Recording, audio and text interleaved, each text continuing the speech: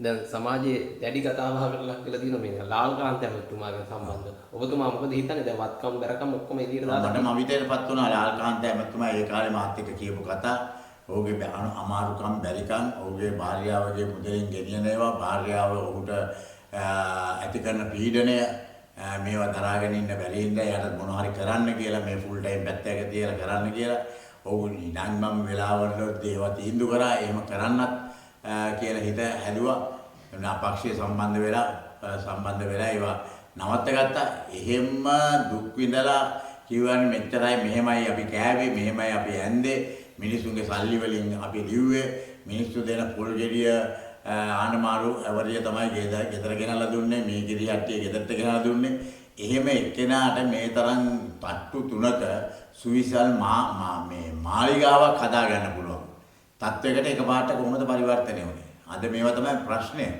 එතකොට ඒ විතරක් නෙවෙයිනේ මේ මිනිස්සුන්ගෙන් කෑවයි මිනිස්සුන්ගෙන් මේ යට ඇඳුම් වල හිල් තියනවා කියපුවා බැනියන් වල හිල් තියනවා කියපුවා එක එක්කෙනාගෙන් කාලා එක එක්කෙනාගෙන් සල්ලි ඉල්ල ගත්තා කියන කට්ටියගේ account වල දෙන්නේ. අපේ account වල එච්චර නෑනේ. අපිට මොනවත් නෑනේ. මේකේ එකපාරට කොහොමද මේ ඇමතිකම් අරගෙන මේ කෝටි ප්‍රකෝටි එන්නේ? දැන් සමහර ඇමතිවරු ක්‍රිප්ටෝ කරන්සි වලින් ව්‍යාපාර කටයුතු කරලා තියෙනවා. ක්‍රිප්ටෝ කරන්සි කියන්නේ ලංකාවේ තහනම්. එහෙනම් මේ තනිකර තහනම් ව්‍යාපාර වලට නියුක්ත වෙලා ඒවට ගත්ත ක්‍රියාමාර්ග මොකද්ද? මේ පිරිසිදු ආණ්ඩුව.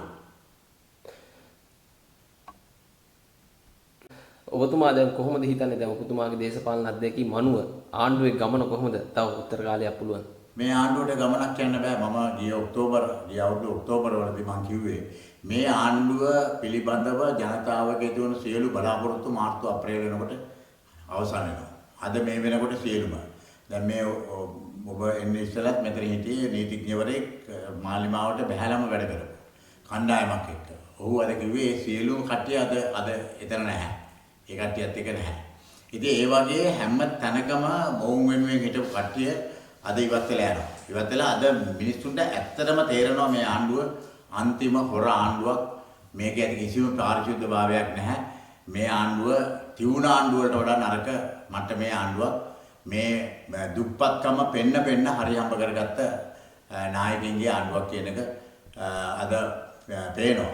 මේ අවුරුදු අන්තිම වෙනකොට අපිට බලාගත හැකි මහජනයා කොහේ ඉඳීද කියලා මේ රජයට එරෙහිව.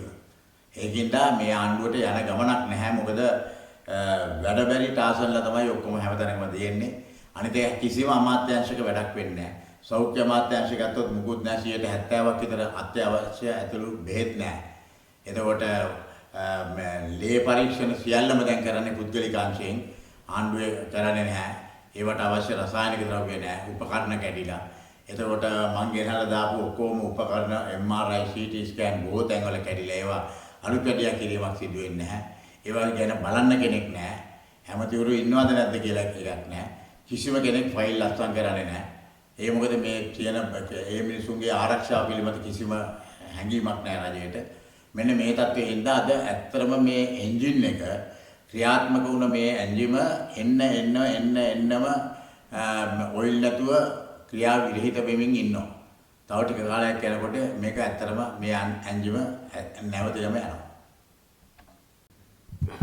දැන් මේ එතකොට දැන් මේක පරීක්ෂණ කරන්න මේ විදිහට මේ ඉවත් වුණා නම් එතකොට කොහොමද දැන් ඉදිරියේදී පරීක්ෂණ කරන්න පුළුවන් වේද? දැන් ගල්ලංගුරු සමාගමේ සභාපතිලා කොහොමත් ඒ අය තාමත් මේ තනතුරු වල ඉන්නවා. ඔව් සභාපතිවරයා විතර නේ දැන් මේ වෙනකොට තනිකරම සභාපතිවරයා කතා කරන හඬපටය නිකුත් වෙලා තියෙනවා. ඒක කෙලින්ම කියනවා ජනාධිපතිව බේර ගන්නවට ඕනේ අපිට. එතකොට ධම්මික පෙරේරාව මේ බේර ගන්නට ඕනේ. ඒ දෙන්නව බේර ගැනීම තමයි මගේ මූලික පරමාර්ථය. අනිත් එක මේ ලිපි ගනුදෙනු වලට බෑක් ඩේට් කරලා. ඒ කියන්නේ කලින් දින දාලා මේක එවන්න කියලා ඔවුම ඒ කම්පැනි එකේ ධම්මික පෙරේරාගේ කම්පැනියේ මයිකල් කියන පුද්ගලයාට කියනවා. ඉතින් මේ ඒකත් වංචාවක් නෙවෙයි. එතකොට මේ සභාපතිව තියාගන්න පුළුවන් මේ පුටුවල. ඒ කියන්නේ මේකේ මුල ඉඳලා අගට වෙනකම්ම සියලුම කට්ටිය මේ ගල්ලංගුරු වංචාවට සම්බන්ධ වෙලා කියන එක තේරෙනවා. මේක රුපියල් බිලියන 26ක්. ඒ කියන්නේ කෝටි 2600ක වංචාවක්. වෙලා තියෙන්නේ මෙහෙම වංචාවක් ලංකා ඉතිහාසයේ කවදාකවත් වෙලා නැහැ.